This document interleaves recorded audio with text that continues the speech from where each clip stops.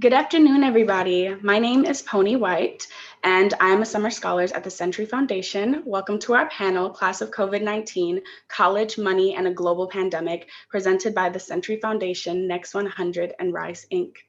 Today, we will discuss the economic hardship college students are facing during this unprecedented pandemic.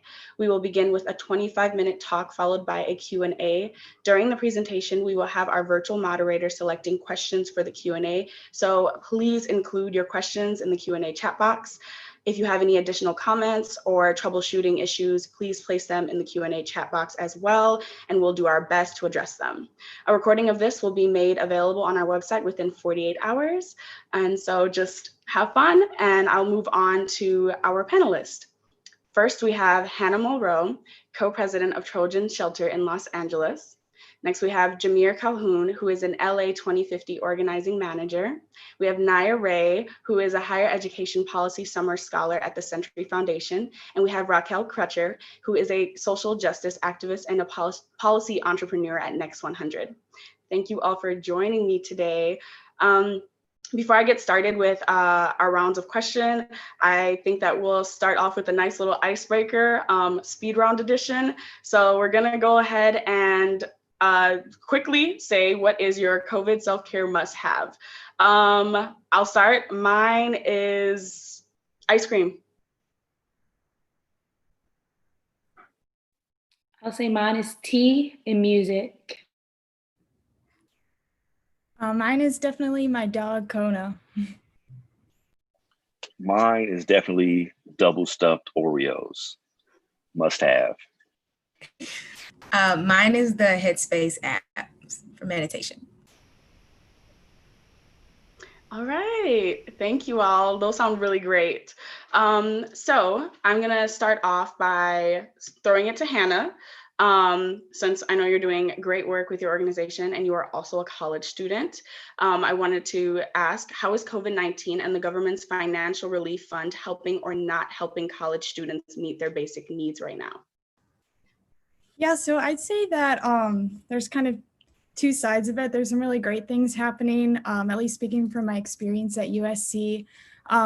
With the work study jobs, they paid them throughout the semester. And if your job couldn't be made remote, you still got paid anyway. And they handled all storage and move out for people living in USC housing, which was really great. So if you couldn't come back to campus, they took care of that for you.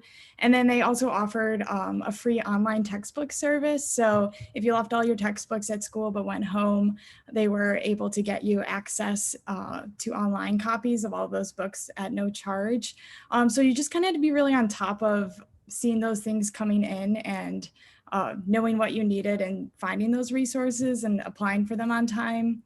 I'd say that one of the more difficult things is that with like the CARES Act and the government relief fund, it's really up to each institution to make their own decisions about their criteria for funding and actions. So it leaves a lot of variability throughout the nation as to how students will be supported with these emergency resources. So I think everyone's had like a wide range of experiences with that.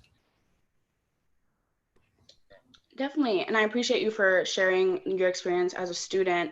So wondering about your organization, how has your organization needed to adapt in order to continue to meet the basic needs of your residents? Has that been more difficult? Have you felt like you've received enough help?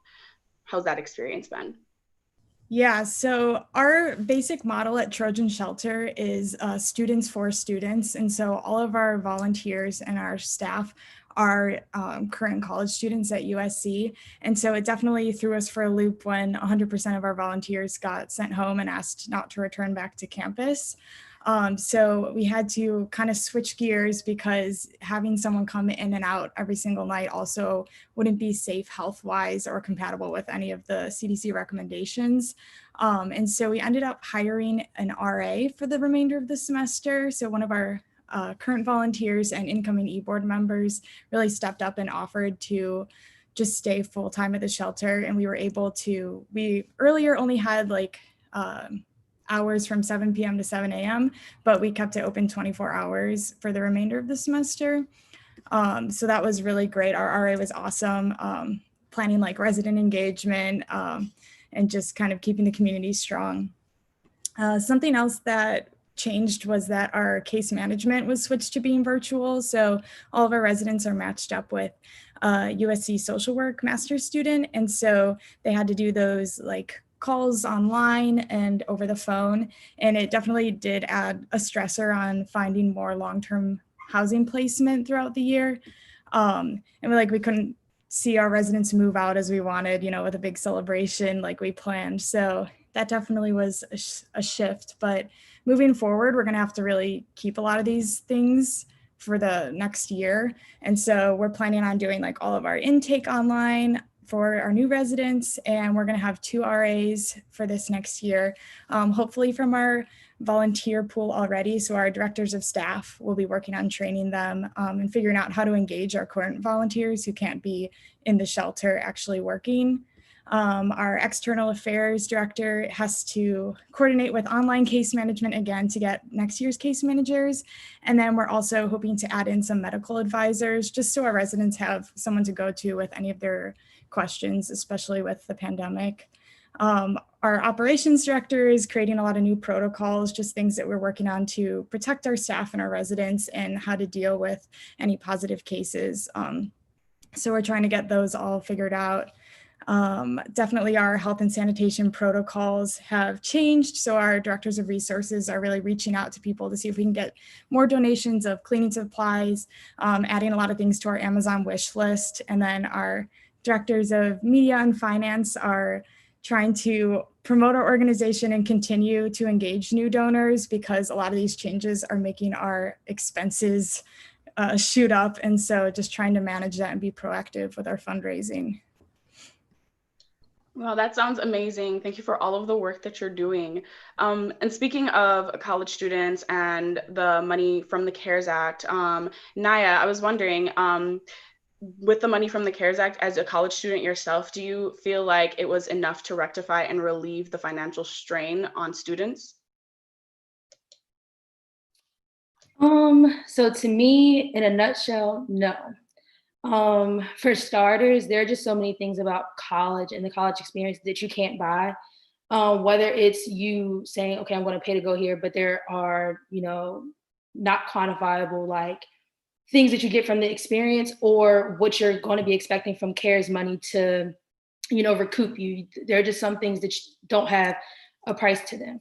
But regarding the CARES Act, first and foremost, it's a program that basically uses a formula that allocates 75% of its funds available based on the full-time equivalent enrollment of Pell Grant recipients at a specific school. And then the other 25% of the funds are based on the enrollment of students that don't have Pell Grant money. And it's all based on full-time students and those students that are being enrolled. And so the money is not given to any student that has already been completing an online program prior to COVID. And of that money, the government requires that 50% of it goes to students, but that 50% looks different across all different sectors between private schools, nonprofit schools, schools that have more students that receive Pell Grant money or less students that receive Pell Grant money. And it looks different between maybe there's a large school that has a large amount of students, but it doesn't have as many Pell Grant recipients as a smaller school. So that 50% creates a little bit of discrepancy, but so does the formula that's used. Because of the formula, you see 40% of post-secondary students are based at community colleges, but community colleges only receive 27% of CARES Act money, and that's a gap. And because of that gap, a lot of schools have decided that they have to or have had to come up with funding for students and aid for students through fundraising or on their own and through other avenues because the money, there's just not there and there's a gap. And the use of even just Pell Grant students as the basis of like the students that are in need could be a little bit flawed just because students that receive the Pell Grant don't make up all of the students that are in need. Some students that are in need don't even receive Pell Grants. So in short, I don't think that the money given by the CARES Act has totally, been enough or rectified what students have had to go through or the expenses students have had to pay because of, what happened this spring. Thank you. With that being said, in your own opinion, what would you think the best policy for addressing student debt during and after COVID-19 would look like, or what would that policy entail? So right now, as a part of the CARES Act, students who have student loans and are paying their student loans off, um, the loans are in automatic forbearance, so they don't have to pay their federal loans at the moment. And this period that takes place over is March 13th to September 30th. So from that time, students aren't expected to pay their loans. There's also no interest on federal loans. The federal loans are set to 0%. And if you're on a payment plan that does automatic collection of your debt, that is also stopped for that period from March 13th to September 30th. And then with your private loans, some of those private loans, it varies from borrower to borrower, or from lender to lender, but they have some programs within themselves. And then the main difference is that the interest is not set to 0 on those private loans. But to me, what has been started is a good start, but it's just that, a good start. What does this look like after September 30th? We see that the pandemic is not going anywhere. We see that students, their plans post-college, or even students who have graduated and are paying their loans, who have lost jobs or are in economic stress right now, what does this look like for them once September 30th comes? Are we going to act like the pandemic is over and that they can just automatically all of a sudden pay their loans, or are we going to continue to act with the same urgency that we have right now? And I just think it sort of points to this idea that, like, right now we're in a time where everybody is experiencing the same thing at the same time, but people have experienced financial hardships before that have stopped them from paying their loans. So is this going to, continue with a level of urgency to how we address the student loan crisis? Or are we just going to say, well, the pandemic happened, that was it, we gave you relief then, but we're not there anymore, so let's move on and you can pay your loans now, basically. Thank you. My next question I'm going to throw at Raquel, because I know that you do extensive work in increasing educational opportunities and post-secondary outcomes for young people in marginalized communities. So in your take, how do you think colleges and universities and the government can work together to support students? And what are ways in which policy could do this? Yeah, I thought Naya did a great job, but I'll pick up from there. I think the formula has to change, allocation has to change, but I'm going to start at like the basics. We need more money. The federal government has to give us more money. Naya brought up the CARES Act. Right now, there's like an overarching 31 billion for education right now, with about 14 going straight to institutions, universities, and colleges.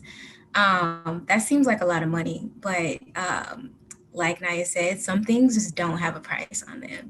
And we're starting to figure out that some institutions actually have new costs, and they're seeing a lot of budget cuts, and they're seeing their budgets be flipped completely upside down. Students need support with their very basic needs right now. They need support figuring out how they're going to literally learn, where they're going to do that, what do they need in order to do that, and what happens when something goes wrong. We need support for undocumented students, international students. We need support for low-income, first-gen students of color. We've done no research on this, and all of that takes money. I think the federal government and universities have a say in this, right? Universities care about their retention. Universities care about their success numbers, but they need support from the federal government. And the federal government cares about us doing well after we leave a university. So I think we need to think about how much money the federal government is actually willing to put into this. And I mean, this seems obvious, but I'll just say it, like, students are people, right? And so they're also going through a global pandemic right now and are having a lot of different mental health issues and need services from their university. And that warrants more support from the federal government, because one day we may be back with desks and chairs, like in person. And what is that going to look like for all the students who sort of had to go through a very different experience at a university that they were not prepared for? we need more resources, and we need more investment in making sure that we get the research necessary to be able to be successful long term. Thank you for sharing that. And speaking of resources, with many classes going fully online, how do you think policies can be used to ensure that every college student has equal access to their education? We're talking students with disability accommodations, students with lack of resources like internet, and different things like that. From your take, how do you think universities and colleges can help with that? And policies also can help with that. Yeah, just in case I didn't say it, we need more money. We need so much more money. We have to meet students' basic needs, right? Like they need technology, an actual computer, and what needs to be on the computer, what software is necessary to learn, what tech support is needed when something goes wrong. Where are they going to hook the computer up to? We need broadband, whether that comes through the E-rate government service or it comes through something else. The federal government has the ability to give broadband to all students. And right now we're seeing classes going online more and more, but we still haven't moved on that. And then we have a computer, we have Wi-Fi, we have everything we need, but we have to make sure every student has a place to learn, an actual home or somewhere to be able to have a quiet space, just like schools were offering at first. And those are things that we haven't even taken the first step to research. And so I wonder if we should start there. One of my favorite HBCUs is Paul Quinn College in Dallas, Texas. Super innovative university, but like the thing they've already cracked down on is giving each student a computer, giving each student all the software they need, giving each student all the resources they need. They're reducing the price of college in order to increase student success. They're creating new programs for people who did not finish high school. They're creating new programs for the community, and they're offering testing and masks on campus. Those are things that were allowed by a university that had a bunch of discretion and also like knew how to use their funding. But imagine if every university had the amount of money that they need, and imagine if more universities were like this. Like, I think we just need to think about pushing for more money and also using that money to actually like support the students who need the most support. Thank you for sharing. So Jameer, I'm going to throw this question at you because I know you do a whole lot of work creating opportunities for young people and people. And so my question is, like college is a lot of time a big resource for a lot of people. A lot of students manage it rely on work study as a part of their financial aid package. And we know that with COVID, that with classes going online, a lot of those jobs will no longer be available. So how do you think universities can make sure to maintain their work study positions even during like the changes of online courses? Well, the first thing, a lot of these colleges and universities have to get a little bit more creative. From what I've seen from other community colleges and universities, they have turned certain positions into kind of like a virtual chat room where a lot of students can reach out to other students and help other students. At my previous institution, Los Angeles City College, they have instituted Cranium Cafe, where a lot of student workers, work study employees who are working in certain areas, such as the library, the Welcome Center, or other intake offices that were essentially there to help and assist students. They were meeting them online. They were doing their hours online, and that was the first step for many students. So if students didn't have a specific question for admissions or another area, they would essentially be talking to the student workers who would help assist them in whatever areas that they need. Our universities have to be more creative because we're not just talking about keeping people employed. We're talking about keeping people connected to their campus. Student employment covers a lot of things such as rent, food, utilities, like we're talking about internet, computer, different things like that. If those things aren't in place for a lot of students, you can see a lot of students really not being able to afford college on many different levels. So our universities really have to get creative and find ways to keep our students engaged. as well as some of the restrictive policies that the federal government has on work study. Some of those I saw at my previous institution that for a moment, because they didn't have a way to track students' hours, that they let go all of the work study students who were classified as work study. It didn't last for long, but just the fact that there was an interruption. So we, like I said, who knew that this was coming on, COVID-19 like this? So there isn't a lot of research done and a lot of studies done to figure out these processes. But we have to be creative. We have to find ways to not only change the policy, but keep our students engaged and have these positions for our students to help other students. Thank you. So on the topic of student employment and what the government can do policy-wise to help, what do you think that the government can do about unemployment policy? How can that be improved to include college students and benefit them?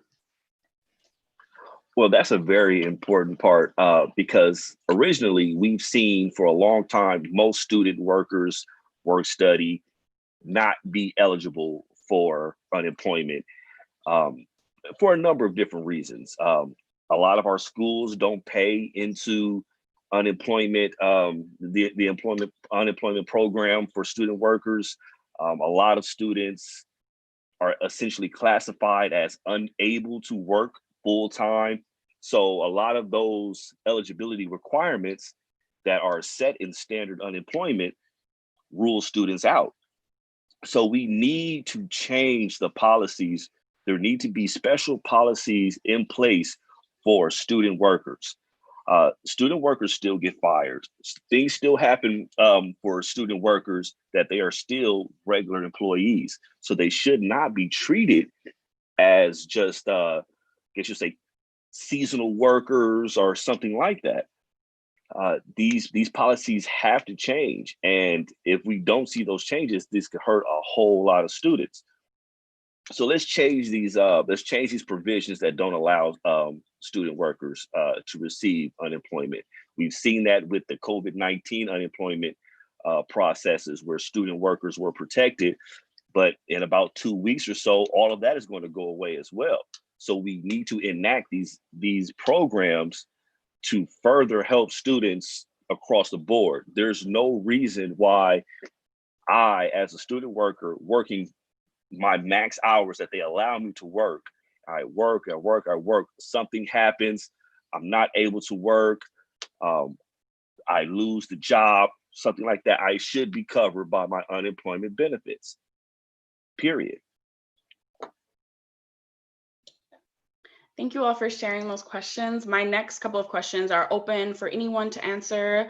And so the first one is, now that schools are beginning to reveal plans for next fall, what should the fall semester look like financially for students? Because I know we've all heard about some colleges that are going strictly online or majority online, yet the prices still seem to be the same as if students were going to show up to college. So what do you all think that should look like for students? I just want to jump in real quick and say that there's no reason why students should be facing these tuition hikes during this pandemic. If these schools are still receiving federal financial support, that financial support should go to the most vulnerable and most impacted people. And we're talking about our students. I work with RISE LA 2050, and we have a Roll It Back campaign that essentially is focusing on beseeching our Congress members to establish a tuition freeze. We have sent over 800 letters just asking for this national tuition fee to keep the tuition affordable, well, as affordable as it already is, to many students. There's a couple of campuses in Michigan that are already considering these tuition hikes, and that just doesn't make any sense. Any help that colleges are receiving should go right back to the students, and that is a very important thing to do. I just wanted to say, if anyone wants to get involved in that, our risefree.org. We are on all social medias. We have petitions circulating. We really need students' voice to really stop this, because where can you see this going in the next couple of years, where there's going to be a lot of financial cuts. There's probably going to be an economic downturn because of this. And a lot of people are going to be returning to school.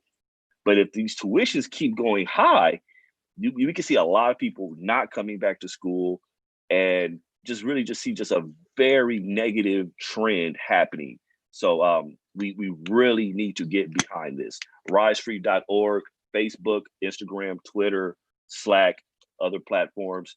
Sign our petition, freeze the national tuition.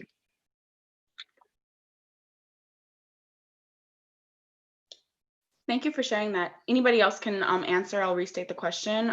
Now the schools are beginning to reveal plans for next fall. What should the fall semester look like financially for students?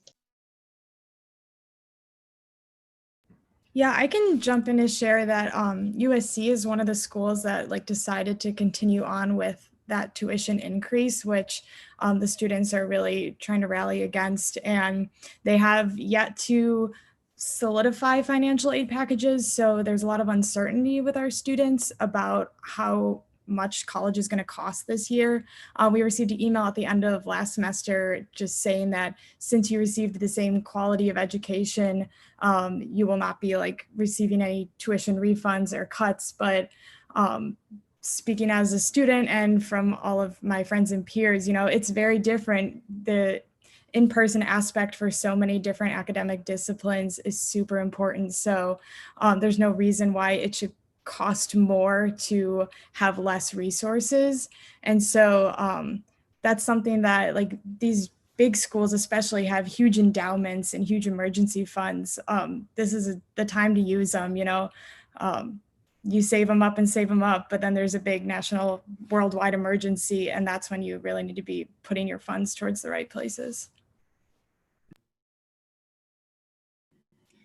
Yeah, just to jump in, I live in New York City right now where people have been yelling for a rent freeze for months, and unemployment numbers are at record highs with little to no decline. I think just on the most basic level, people need relief, and that has to start somewhere. And I don't think it's any type of fair for students to not only be required to pay the same amount, but anything above that for online learning when it comes with more financial restraint in this time. Definitely. Thank you for sharing. I'll ask one last question before we move on to our next set of questions. What were some of your initial concerns as the coronavirus unfolded while you were on campus, if you were on campus? I'll jump in. For me, I actually was on spring break. I was in the middle of a spring break trip when my school decided that we were going to be moving to online learning for the remainder of the semester. So for me, basically, at the most basic level, I was thinking, okay, how am I going to get back to school, move all my stuff in, or move all my stuff out rather, get home and be in the right space to continue learning just on the most basic level. That's where I was thinking. And then outside of just, of course, I'm thinking, well, am I going to be, paying for, I'm paying, I'm actually at school, or are there going to be money given back? Am I going to be paying for room and board? I thought about those things, but also a big thing for me, and, if anybody's talked to me throughout this time, I've always said, I wanted to just make sure that me coming home, I was still going to be able to be in a conducive environment to learn.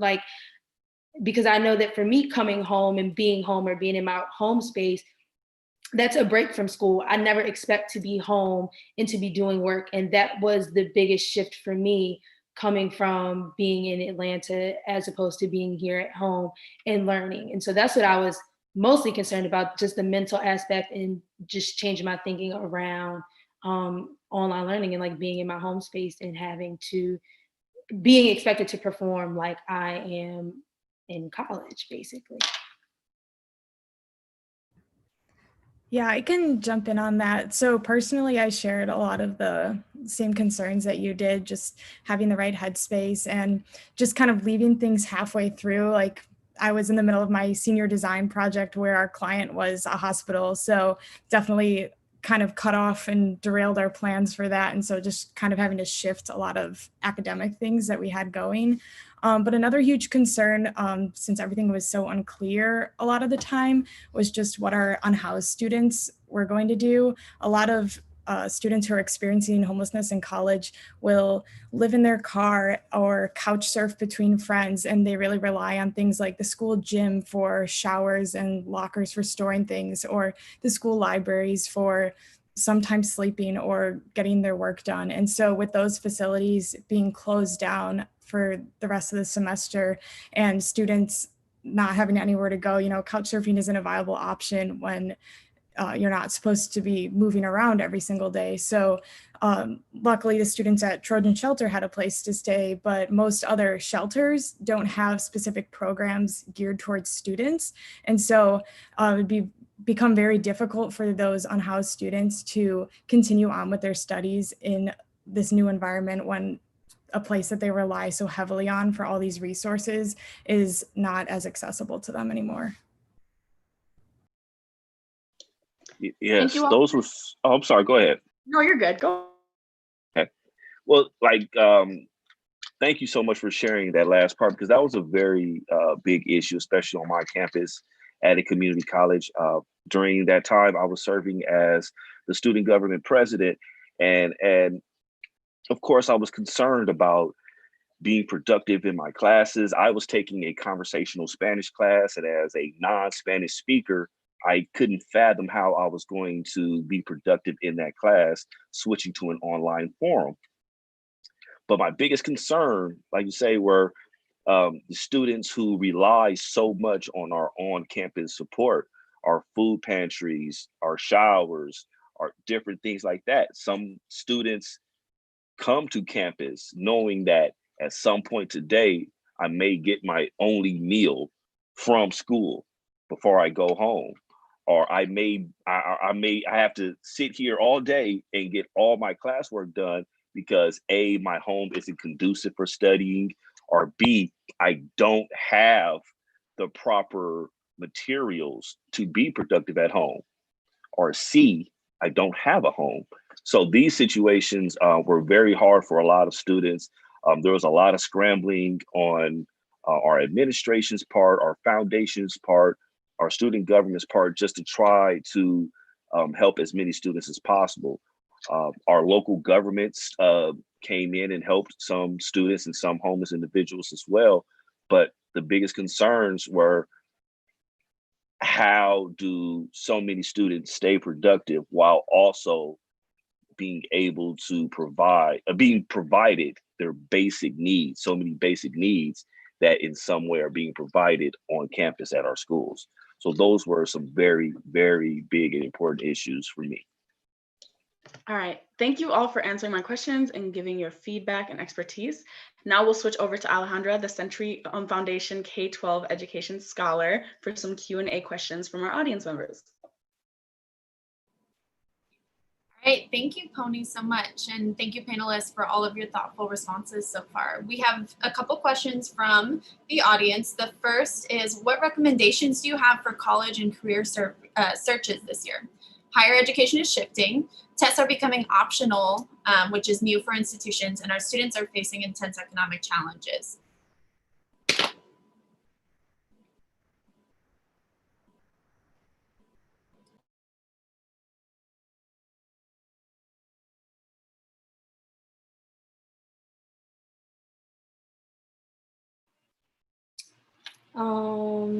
Okay, so you said searches? Yes, yeah. What recommendations do you have for college and career searches? So for me, I can only speak to college searches, but I think during this time, as a student that's looking to go to college and as tests are becoming more optional because test dates have been canceled, I think the most important thing to just remember during this time is to not put pressure onto yourself during any type of search, because everybody is going through this at the same time. Everybody is experiencing not the same level of hardship, but some level of disruption to their normal life or their normal situation. And employers know that, schools know that. So don't put any extra pressure on yourself in any way during this time. Yeah, and I can jump in and say, I think something that's definitely giving yourself a break and recognizing that everyone is in a similar situation, but utilizing the resources of like one-on-one meetings with either college counselors at school or career counselors at your university. It can be difficult to just open up a career page and search through all of the things. So kind of that's what they're here for, and they have to transition their job to being all virtual as well. So kind of working with them and taking those appointments and those opportunities to get some personal guidance, I think will be really helpful.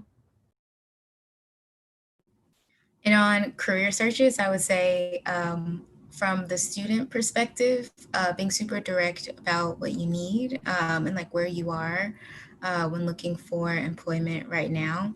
And for employers, I would say being super flexible and understanding to students who are looking for employment, because we are all experiencing this together. But sometimes, and this is one of those times where we need a little bit more flexibility.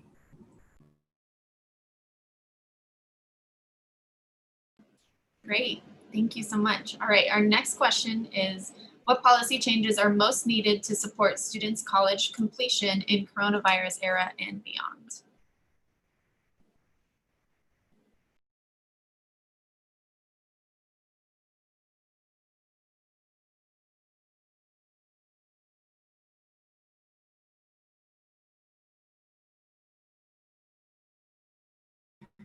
I'll jump in there and say something I haven't said today. I think we need more money.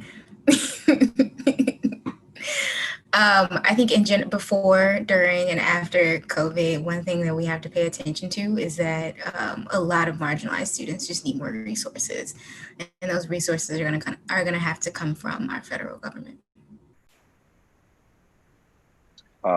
Just to piggyback on that, I think one of the biggest issues on our campuses is equity or the lack thereof. So many students need so much help.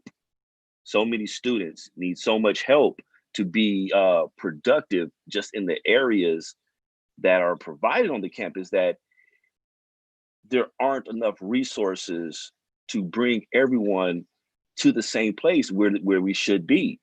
So I really just believe that there should be more training amongst our staff, our faculty, our administrators, even our custodial and janitorial staff on our campus, just to understand the special needs of so many students, so many, like was mentioned earlier, marginalized, disenfranchised students who are coming in at I guess you say kind of at a negative on the campus. So we really need to focus on our services. How can we best provide these services for everyone to make sure that everyone is in the right place when we are in class? So this can go from technology, this could go to just different teaching styles, pedagogy, and just different issues that really affect students.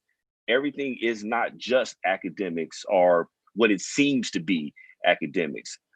There's a lot of in between. There's a lot of different ways to speak.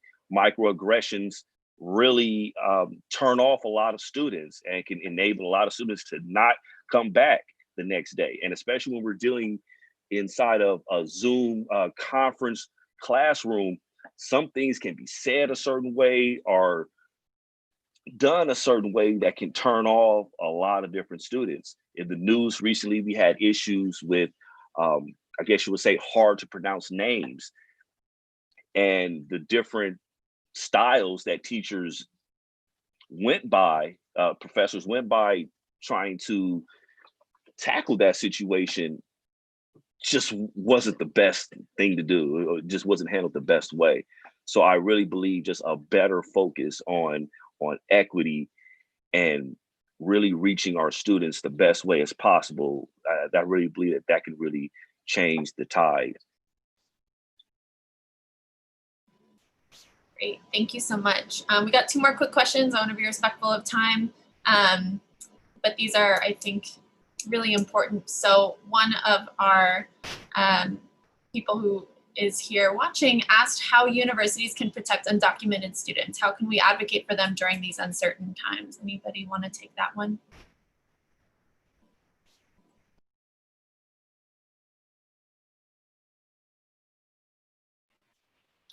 I think the most important thing is to just make them feel seen during this time, make their experiences feel just as important as the rest of ours, as if they're like just making sure that they're seen, making sure they're heard, making sure that they're catered to. And when and if certain things are trying to be passed, like what we just saw this past week, or even before when Betsy DeVos was attempting to make sure that CARES Act money didn't go to undocumented students, just making sure that if on your campus you feel like that's wrong, make sure there are programs and systems in place to make sure that those types of things aren't tolerated or aren't able to be not passed through, but perpetuated on your campus.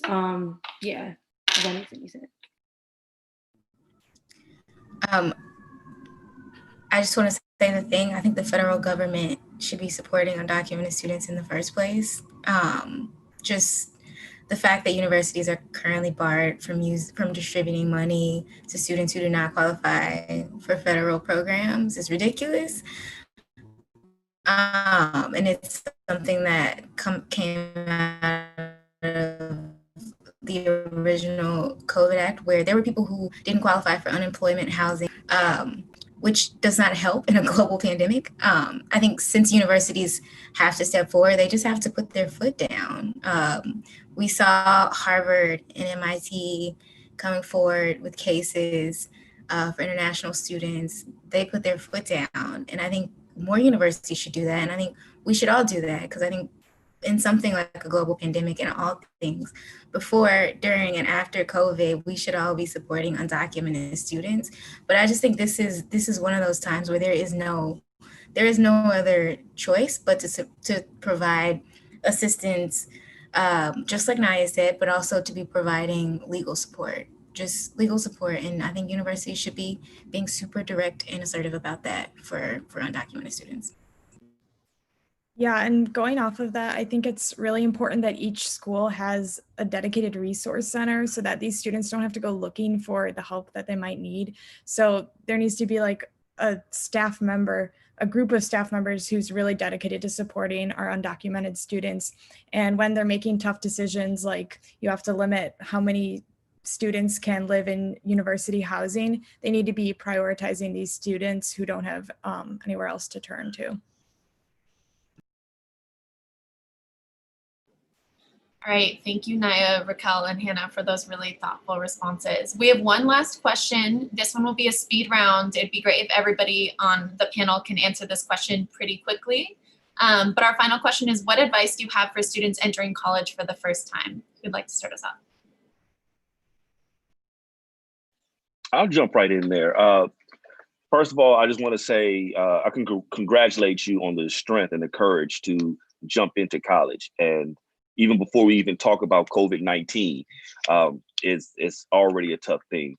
The biggest thing is to inform yourself as much as possible. Get on the website, start with admissions, start with financial aid. Get those things handled, because that will be the core of a lot of the information that you will need and will lead to counseling and different services. After that, check into your special services. Your special services will help you pass beyond anything that you can possibly imagine. Those services will fill in a lot of gaps in your own information and your own knowledge, and will also help bring everything together. So I would definitely do that. Step 1, admission. Step 2, financial aid. Step 3, counseling and your special services. The websites on most schools provide these informations with links and pretty easy to access. I would say ask for everything you need. Just ask for it. It took me 2 rounds of financial aid appeals without a global pandemic to finally get the amount of money that I needed for my university. But be persistent about what you need, and don't be afraid to ask for it. I will echo that and just simply say be vocal. Know exactly what your institution is supposed to be providing you with or without the constraints of a global pandemic. And if you don't feel like during this time that is being given to you, be vocal, let them know. Yeah, and also I say try to join one thing. Being a part of a community is so important in college, and it can be really scary as an incoming student, especially if you don't know anybody. So try to join one organization or maybe one professional one, or find one mentor, an older student that you can ask all your questions to and really kind of get a sense for how your university flows. So if you're a USC student, feel free to reach out to me. But just find someone who can help guide you through that. Thank you, Alejandra, for those questions, and thank you all for answering. Thank you for attending today's webinar presented by the Century Foundation, Next 100 and Rise, Inc. A special thank you again to Hannah Mulroe, Jeremy Calhoun, Naya Ray, Jameer Calhoun, Naya Ray, and Raquel Crutcher. A recording of this will be made available on our website, tcf.org, immediately following this event. For more information on upcoming events and our work, please visit tcf.org, thenext100.org, and risefree.org. Thank you again. Have a wonderful day.